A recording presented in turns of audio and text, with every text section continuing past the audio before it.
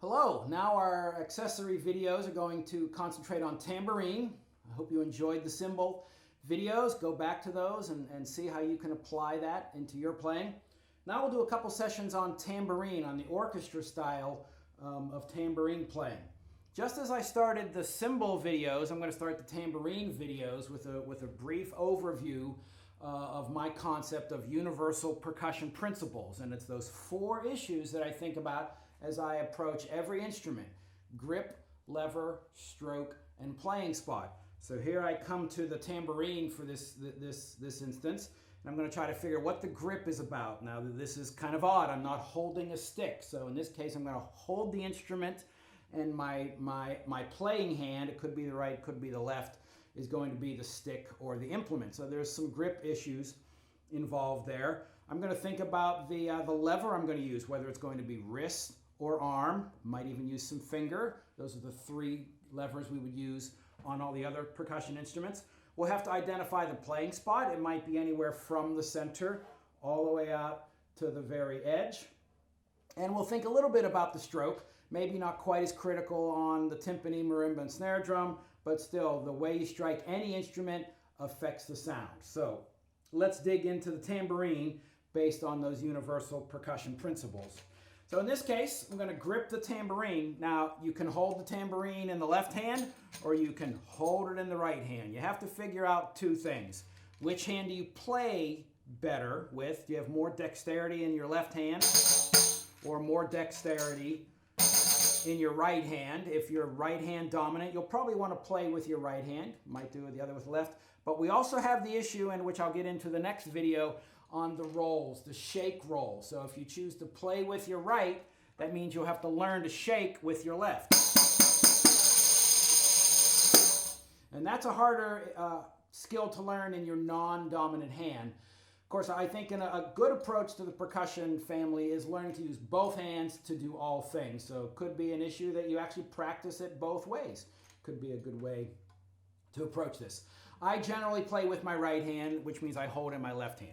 So I'm grabbing the tambourine where there are no jingles. That hole on most tambourines is not for your finger. It's so you can mount the tambourine on a cymbal stand if you're in some kind of multiple percussion setup, and you can actually strike the instrument with a mallet or a stick. So that's where I'm grabbing it with my palm of my hand. Now I have to make some decisions. What do I do with the fingers? I can put the thumb actually down on the head, and here's what happens to the sound. So I not only muted the instrument, but I pressed the head and actually could raise the pitch of the instrument. But I generally like to have the thumb on the head controlling the sound, and the fingers underneath are usually just wrapped around the shell like that, but they could reach the head. Again, if I wanted to do some extra muffling. Tambourine heads, if they're a natural fiber, like a skin, this is a synthetic head, so it's not as susceptible to the weather. But the natural heads, the skin heads, when it's very humid, the head will drop in pitch, and you may have to control the tension of the head with the thumb. In the very dry weather, whether that's hot or cold, the head will get very tight. And we love playing the tambourine when the head is taut. So there's our grip with the left hand. I generally hold the instrument at 45 degrees. We'll talk a little bit later about should we ever go that way or that way, and I think there are times to do both. But we have that at the 45 degrees with the left hand. So that's the left hand grip. Now the right hand grip, I use anywhere from 1 finger to play to 2, 3, 4, 5. I may even use my fist at the end. So we'll have to go through learning to control all of those fingers.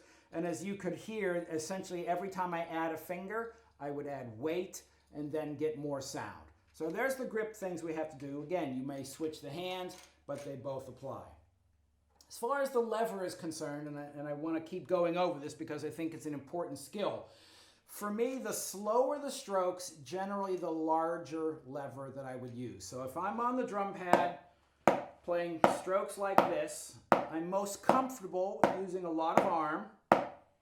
And as I would speed that up, I would use less arm, and now the wrist is very comfortable. as I get faster, I will begin to use the fingers underneath the stick for the fastest strokes. So that's an approach to using the levers that I employ on all the percussion instruments, and I'm going to do the same thing on tambourine. So as I would play slow notes, I'll use just for a nice forte sound for now. The arm tends to control that. It gives me a nice heavy sound. But for the wrist, so I'll go back and forth from arm to the wrist.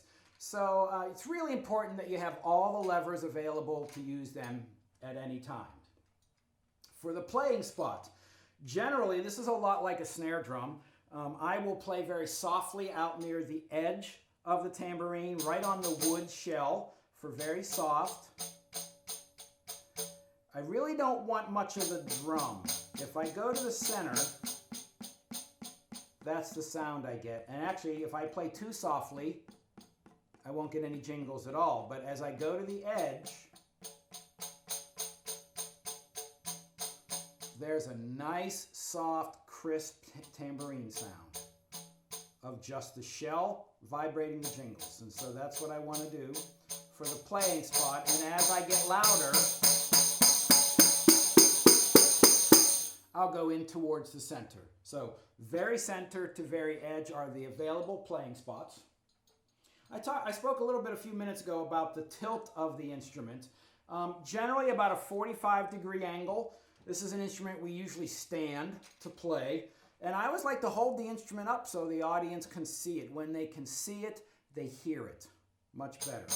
So I hold the instrument here. Now listen to what happens as I change the angle of the tambourine. Very little articulation there.